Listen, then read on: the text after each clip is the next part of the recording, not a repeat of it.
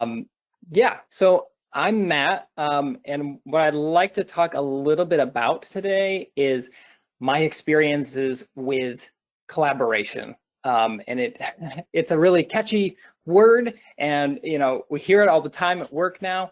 But it's soft and fluffy and nice, and also spiky and difficult and troublesome at times.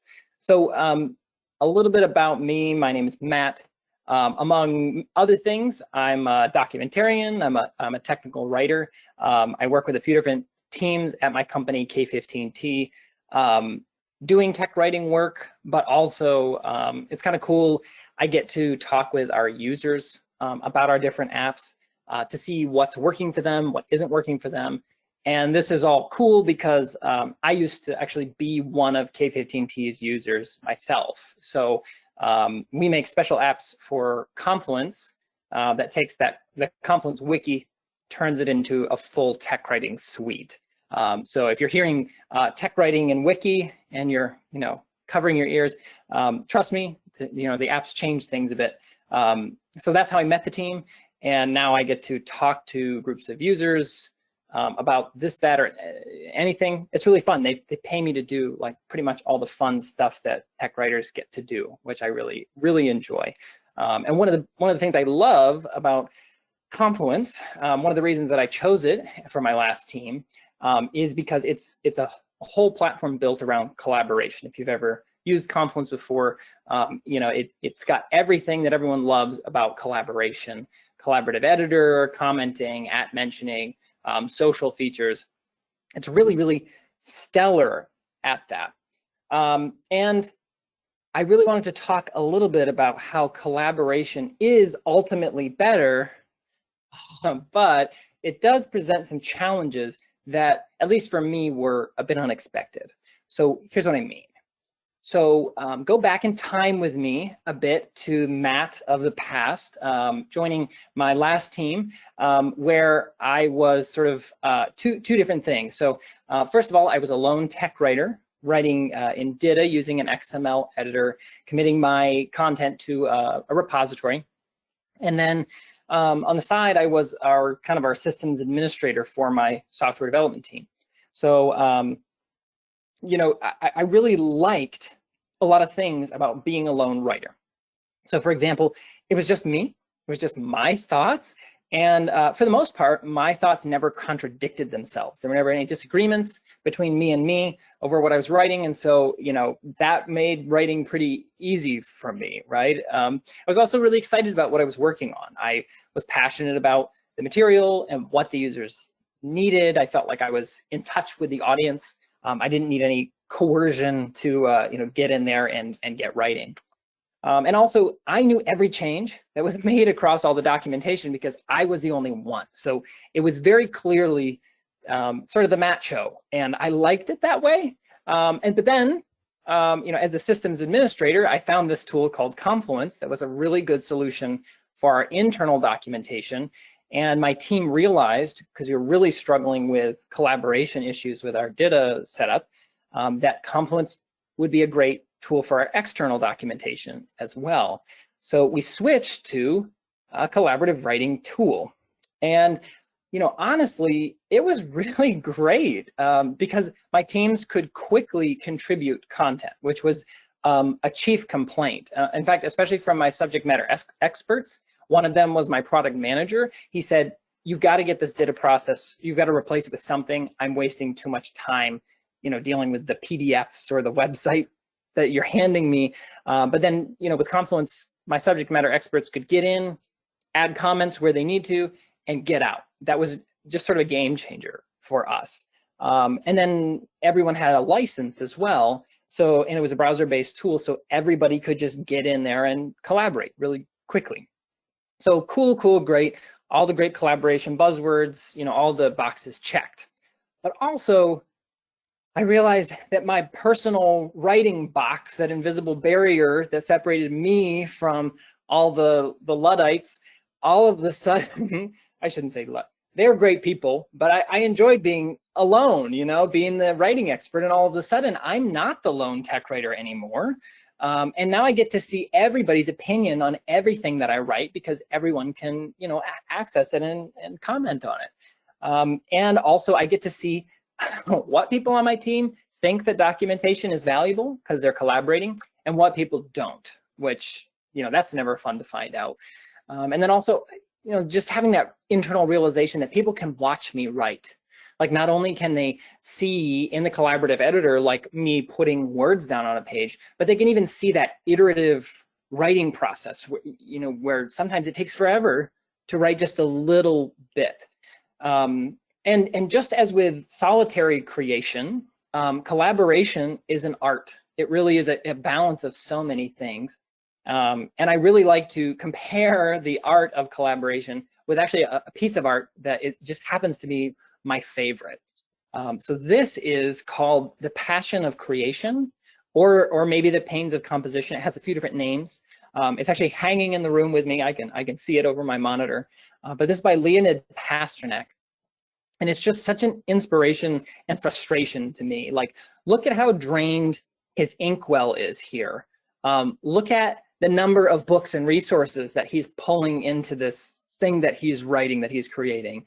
Look at how dark the rest of the room is. What time is it? How late is he up working on this? Look at all the loose papers. How many revisions has he gone through here? How bad is that headache?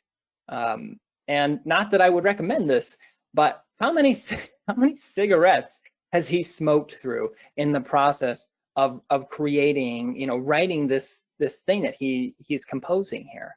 And I would say that, as difficult and challenging as individual creation is, collaboration takes all the highs and all the lows of that and just adds more depth and amplifies them even further. So if I could take this and sort of flip it to a modern work from home, 2021, I think it would look something like this.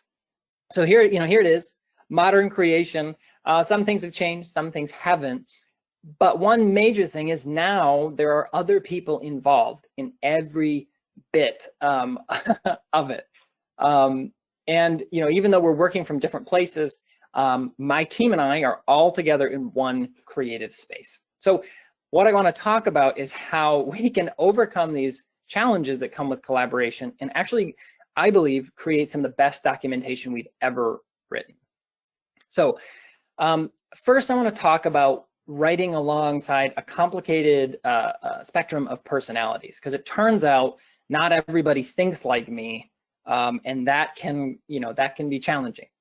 Then I want to talk a little bit about feedback and how we really have to build healthy feedback loops ourselves. They don't just appear when we start using a collaborative tool.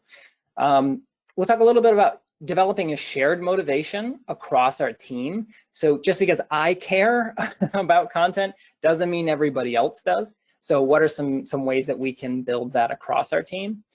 And then I'll talk a little bit about how we can actually thrive in this transparent environment that may seem really, freaky at first, but we can actually write some of our best content ever in this way. So the first thing that's new about creating content collaboratively is that people have really different personalities. And I knew that people did, but I didn't expect it to be this challenging.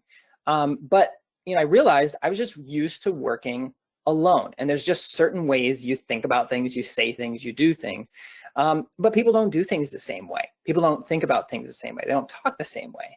And this is really effective because your content ends up reflecting multiple perspectives that people have, but it can also lead you to the point where you really miss being the lone writer.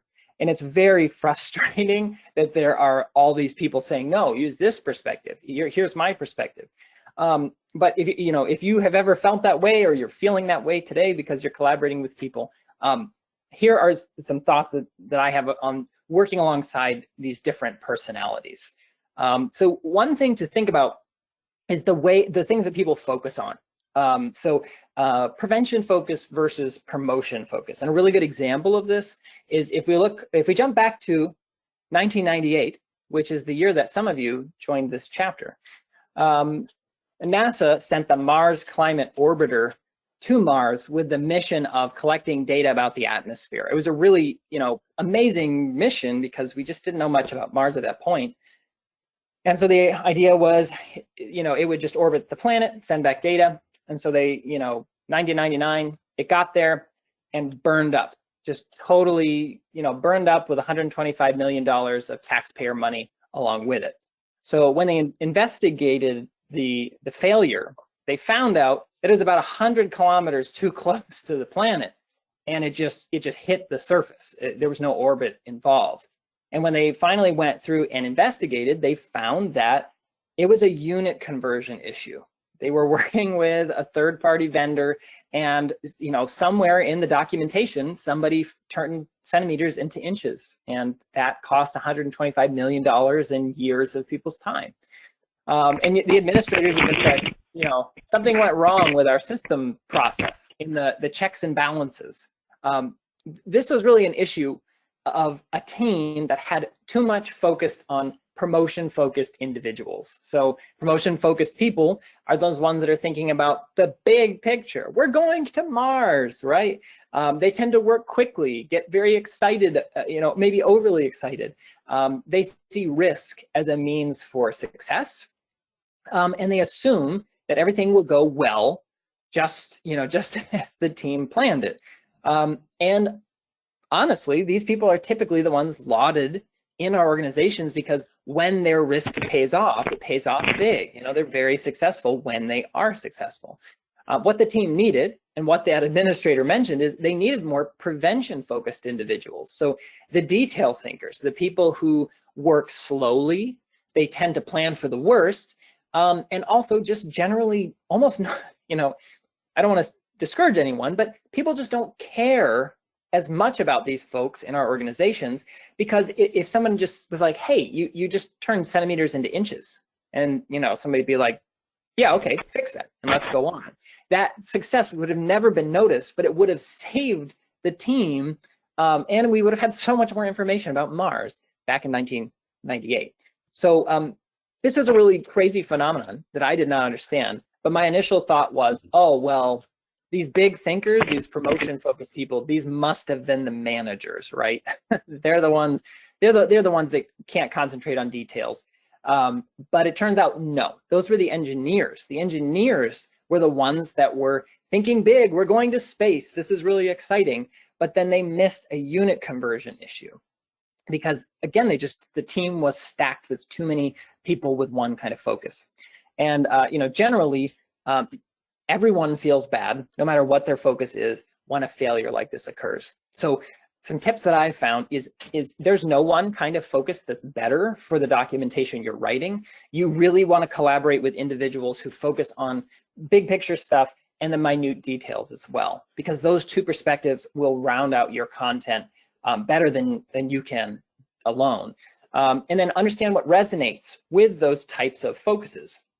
So for example, your promotion-focused people might gear more toward like inspirational stories in your documentation, whereas prevention-minded people, they may want more cautionary tales. So take a balance of all of those things and make sure you're incorporating that, because your users have different focuses as well. So the next thing that you'll get hit with pretty quickly is the introversion-extroversion scale. So the idea here is, where do you and your teammates get, where do you put your attention, and where do you get energy, to energize yourself? And this is a scale. So we tend to move around on this scale throughout our week, throughout our day, depending on the situation or circumstance we're in, although we tend to have a spot roughly where we live between introversion and extroversion. So extroversion is like when you are feeling outgoing or dynamic, you work comfortably in groups. Maybe you tend to jump into things too quickly without a proper plan in place. Versus when someone is feeling introverted, they're more reflective, more reserved. They are more comfortable being alone. Maybe they do better work when they're alone. But sometimes they spend too much time alone reflecting and forget to sort of check that their ideas are actually accurate and aligned with reality.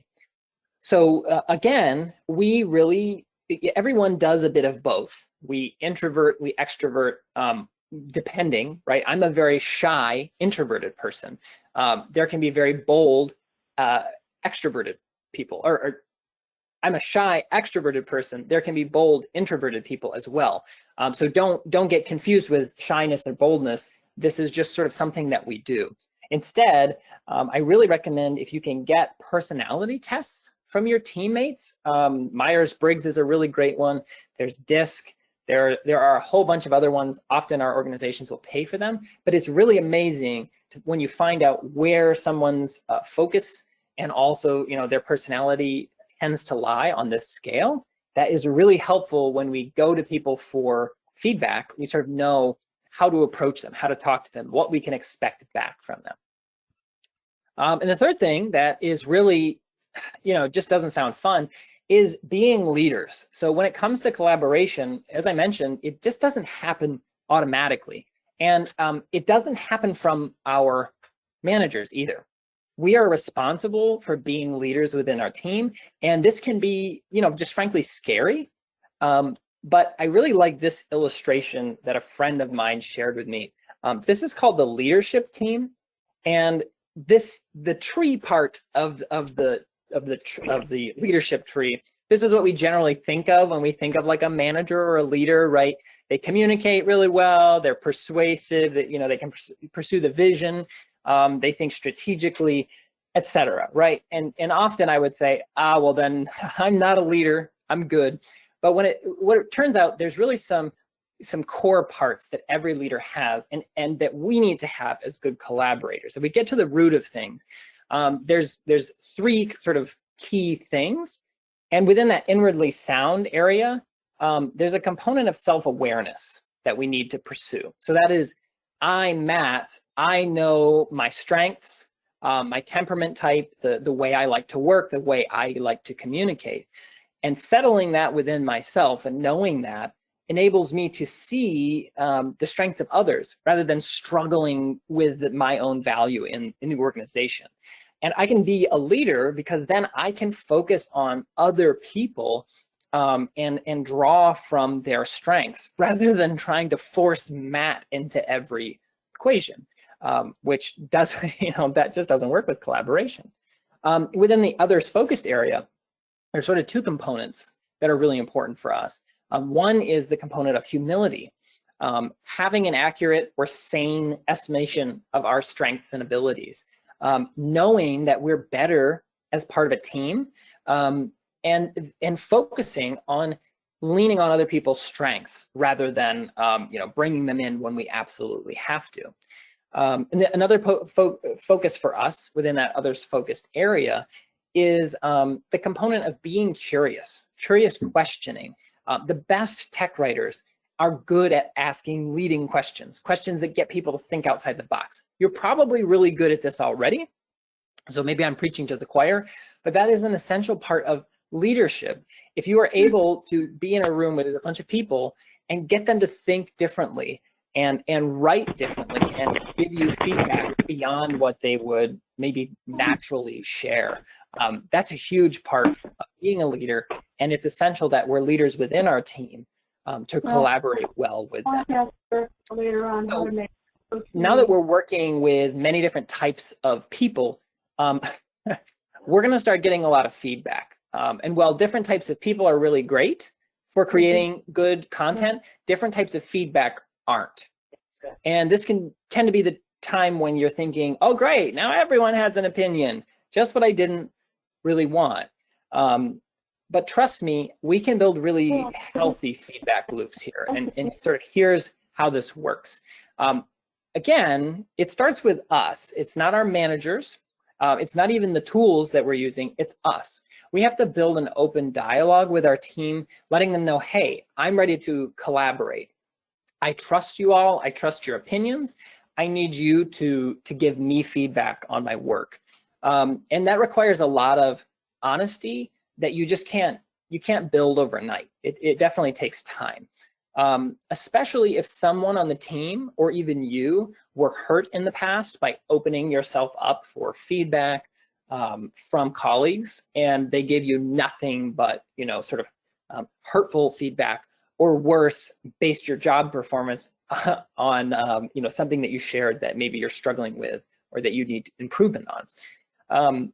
So this starts with a dialogue, and it's very often sort of a small confrontation with the team. Like if you have stand-up meetings or something like that, it's a good time to tell your team, hey, this is the way I need to work. I need your feedback. Please comment on things that seem right, comment on things that seem wrong. Just, be honest with me. I can't write good documentation without that.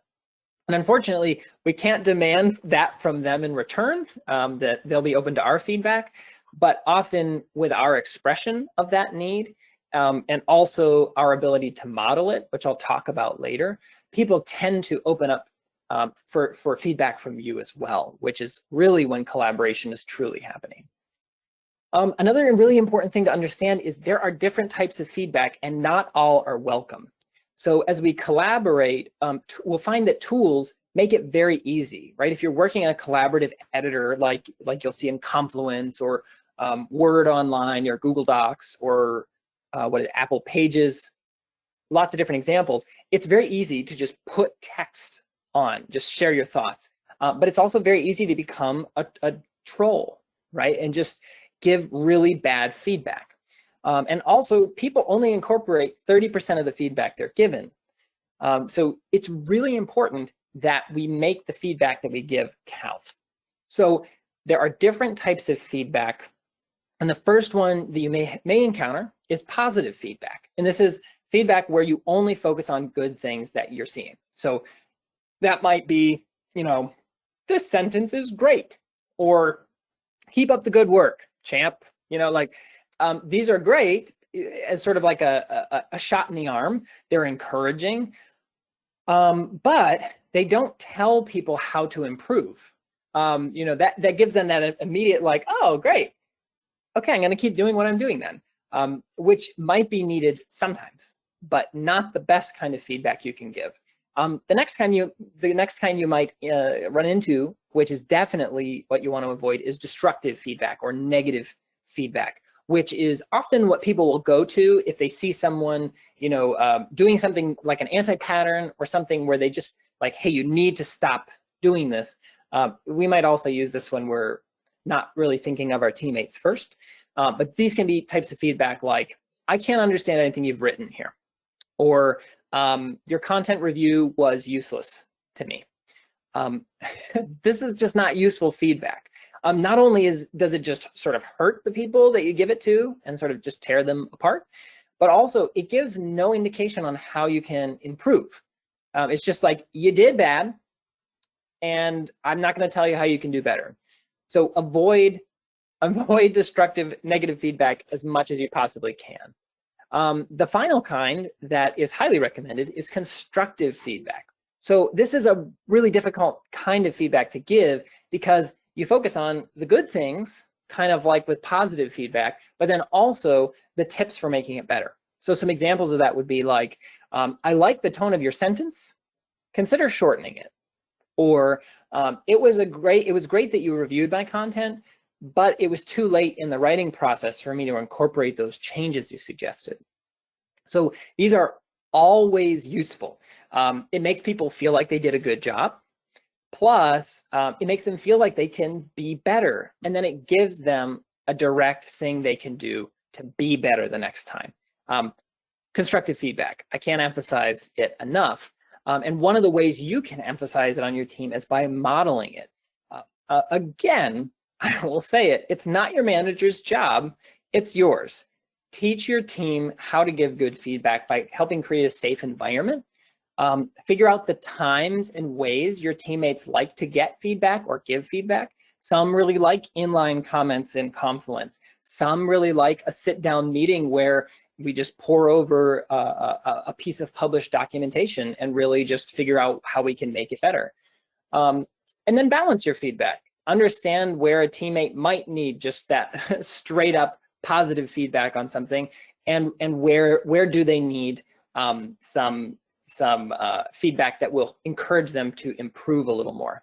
Make sure your feedback is fast and applicable, like immediately applicable. Remember, like 2 seconds ago, they didn't even know they needed to change something. And now you're saying, hey, you need to change something. Make sure you're telling them how they can do that. And also, this is the hardest part, but the most important part. You need to give feedback when you see negative feedback. If you see somebody giving that negative, destructive feedback, you need to give them constructive feedback on that. Hey, I appreciate that you gave feedback, but this was not a good way to do it, and here's how you can improve. That's essential for creating a healthy culture, and you can't truly collaborate unless you can give proper feedback to each other. So let's say, the team is now giving healthy feedback, but does the team actually care? Like, do they really care about documentation? Are they even giving valuable feedback in the first place? Does everybody understand the value that the content you're creating, gives to users and the team? This is the part where you may just be feeling like, does anybody care about this, other than me? If you're feeling that way, you're not alone. Trust me. Here's how you could probably spread your internal value and motivation with the rest of the team. So first of all, you need to understand the value you play. And to be honest, when you're collaborating with teammates, you begin to forget that value a bit, I think, because everybody's contributing to the documentation now. It may feel like the documentation is less important. It may seem like your specialization as a technical writer is less important now because everybody can do it. Don't lose sight of your value. You are a trained professional. You are very, very important to the team, and you offer something very unique. So never forget that. Celebrate your personal accomplishments. I'm really bad at that. I just kind of do something cool and then forget about it. Include the other people who were involved. Share it with the team. Take note of when you share an idea with the team and that actually becomes a real thing. Like, keep up sort of an internal portfolio of those things. Seek out a member or a mentor in your team or outside of your team that will give you feedback, who will help you recognize your milestones, and come up with special projects with that mentor that will help you get out of the normal work so you can be a little creative, do something new, learn something new. You have to understand and trust in your value to the team before you can try to convince the rest of the team how valuable documentation is and the content you're creating together. So you're feeling strong, you're feeling confident. Now it's sort of time to bring that value out to the rest of the team. And forming a shared value is tricky, especially if you have teammates who don't think documentation is valuable. I'm not going to pretend like that's an easy problem to solve, but one of the things you can do is sort of draft up a team values statement, similar to how your company has a values statement. Meet with your team for like 30 minutes and just ask each one of them, like, what do you think is valuable that we're contributing here for our users, for our company? And just write that stuff down, summarize it up, and present it back to the team. Most likely, everyone will agree on some kind of core set of values, things that we're delivering, and most likely documentation fits into one of those. So when the team can understand how the content we're collaborating on is actually useful, that tends to change minds.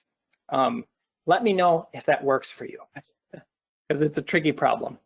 And then finally, increasing awareness. So especially with collaborative tools, it's so easy for people to get into content, contribute an idea, give feedback, and then like never think about it again, never even look at like the final result, even the final documentation, because we're going so quickly. So take time to communicate with the team, be honest about where you are in the writing process, where you need help, but then also share results, show people the documentation or the new section or the updates that you've made, share what you've learned.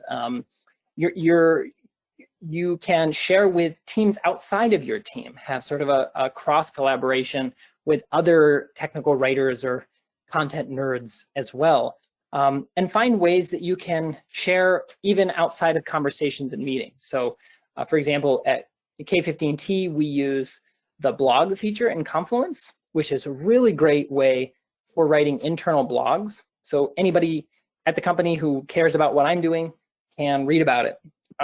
Maybe it's an email newsletter. I know some teams do those internal ones.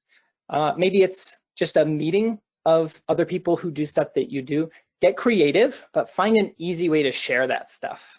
Otherwise, it just gets lost and we forget how important our work really is. So let's say everybody's passionate about what we're making together.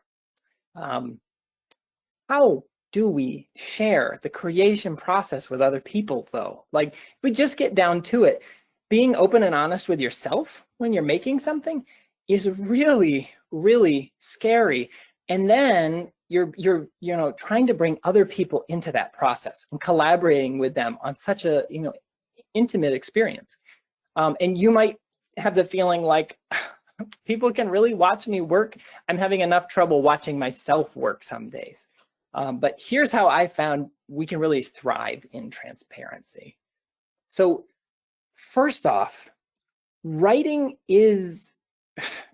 it's got its ups and downs, right? And I have fooled myself into thinking in the past that I'm the only one who, in some days can write pages and pages of stuff, and in some days can write like 2 sentences that I still don't think are very good.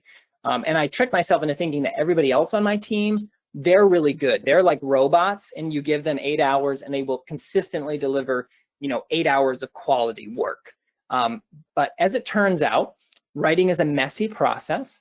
It is unequal, right? Sometimes the words flow, sometimes they don't. And John Green, who is a great author and YouTube personality, he said, if you want to think about it like a sculpture, writing a first draft is like digging clay out of the ground.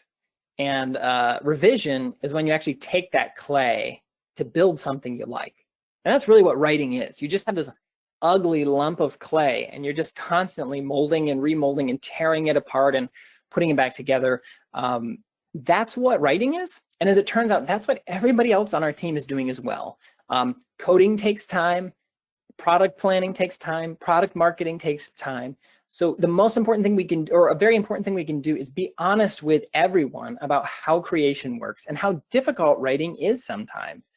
And you'll be amazed when you open yourself up and share that with your team, how they're going to share that about what it is that their primary role is, even if they're not, writers by trade. Speaking of, writing with those people, I really love pair writing. It's such a transparent thing we can do, and it's amazing how it can bring the team together around the documentation you're writing.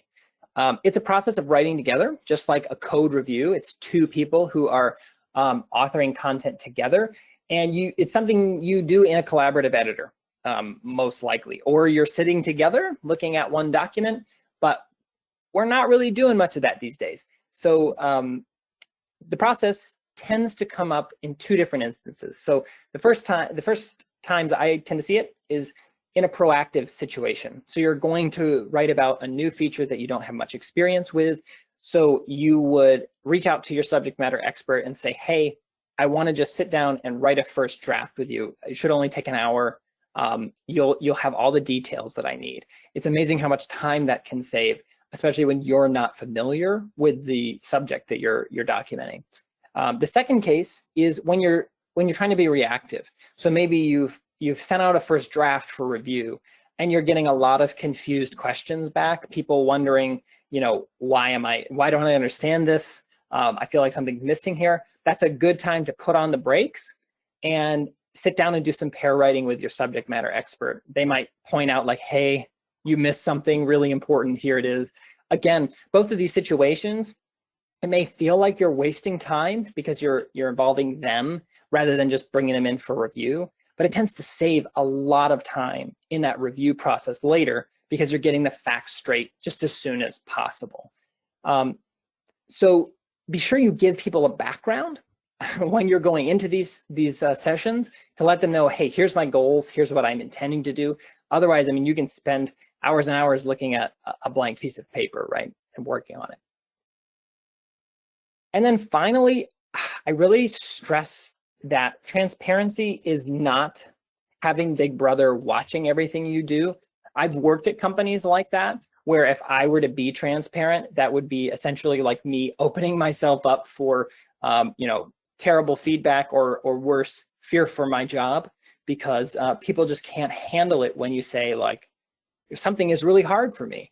But really, we need to work hand in hand as a team and reach that point where we feel safe to open up about the work we're doing, or even our lives outside of work.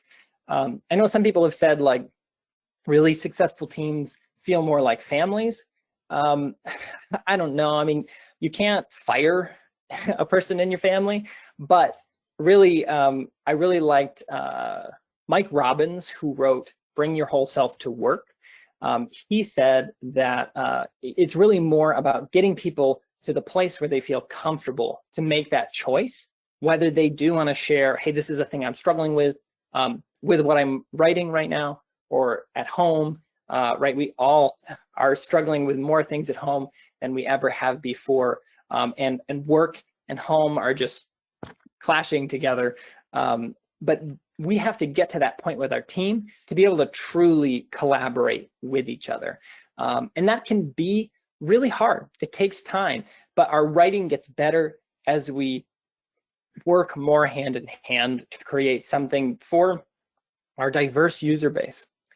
So yeah, collaboration involves working with all sorts of different people, getting much more feedback on your work, sharing your passion for content creation with your whole team, and being open about how you write and how you want to write with other people. It can be really scary and very painful at times, very difficult. I will not pretend that away, but with all the new challenges in collaboration comes the power and the diversity and camaraderie in an otherwise lonely and one-sided creation process. So while that invisible writing box was comfortable for me, I write much better content, much more sensible and understanding and empathetic content when I work with my whole team. And as annoying as it is sometimes, I would never change that. So the next time you're feeling the pain of composition, I suggest you seek out that shared passion in collaboration. So what questions, thoughts, ideas, contradictions do you have? Thanks, Matt. I was just wondering, have you worked at all with teams from other cultures where direct communication may be considered rude, actually, and that you're actually not supposed to be direct about it? Oh, that is such a good question. So I'm based in the East Coast of the United States, and I'm not a confrontational person. And then I got a job with K15T, and we're based in Germany. So not everybody that I work with is in Germany, but I learned that there is a bit of directness with the way a German communicates, even when they're communicating in English. And that didn't take me too much by surprise, because there's a really, really good culture within K15T. And so their directness is much more casual than I've heard that you'll experience. So that's one side of things where I was sort of taken aback by that and had to sort of adjust my expectations. And then I had another instance where on my last team, we started to work with a team. I believe it wasn't an outsourced team. It was actually, we were acquired by a company, and they were another team within that company. But again, within another culture. I think the team was based out of Pune, India, and they were very respectful. And you would ask for feedback, and you would get positive feedback, just positive feedback, or you'd give feedback to sort of silence. And I think my way of giving feedback came across as very brash and very rude, probably. So it took a long time for us to iron that out. And actually, one of my coworkers who had been on my team for a while, he pointed out that especially in situations where someone learns English as a second language, it really depends on if they're taught American English or British English, because even American English, we're a bit more rude, we're a bit more abrasive. than somebody speaking British English. So a lot of things to take into account there. I try to enter my new teams with my eyes wide open and my mouth shut as much as possible to figure out how they like to collaborate. It's hard. It's very hard. Thank you. Any other questions for Matt? Let me know if you can't unmute yourself. I think you should be able to, but send me a chat message if you aren't able to do that.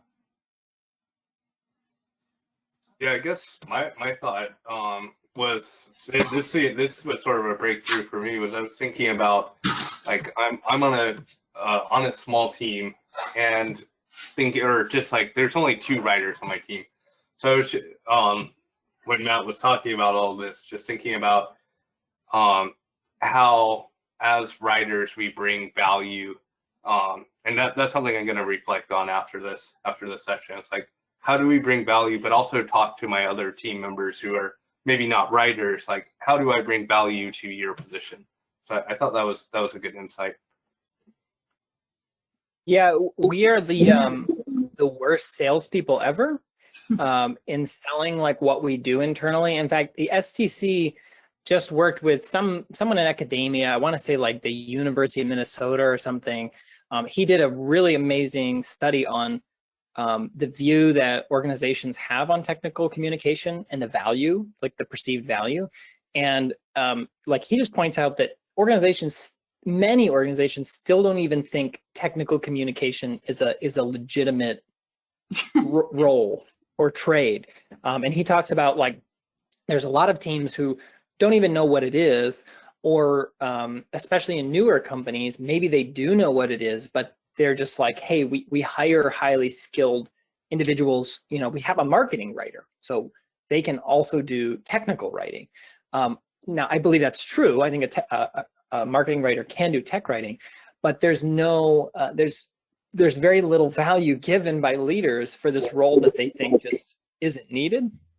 So yeah, there's a few great talks out there about recognizing the value that we bring and putting a dollar amount to it, which we just don't like to do. We're writers, right? We're not salespeople, but that's not a good strategy. It's not winning within our organizations.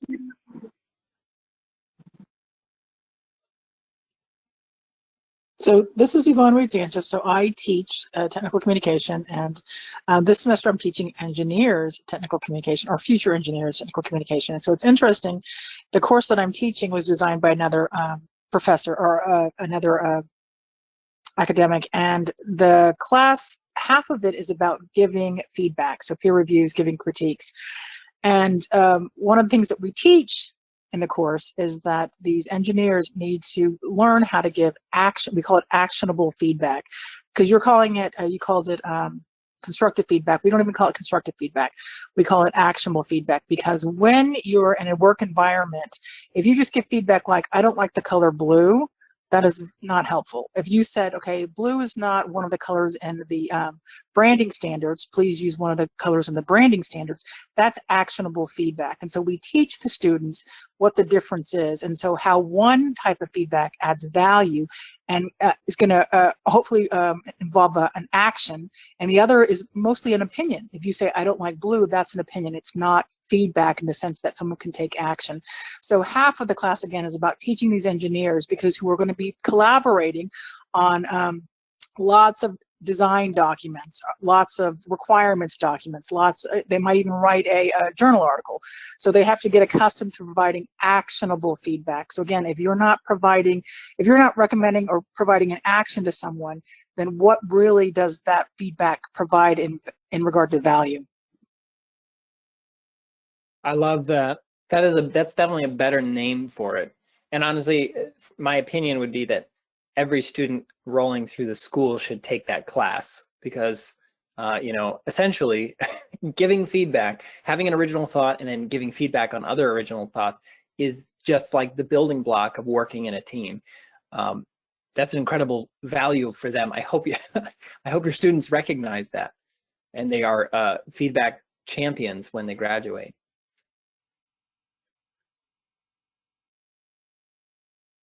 Other questions or views or ideas or And just Yeah. to let you know, this is being recorded, and I know there was some issues with some people getting in and issues with the password. We will post this on our private YouTube channel, and I'll send the link out to people who registered via Eventbrite. Perfect. And if you have you're watching this after the fact and you have a question, all my contact info is on the bottom. Reach out to me. Would love to hear from you.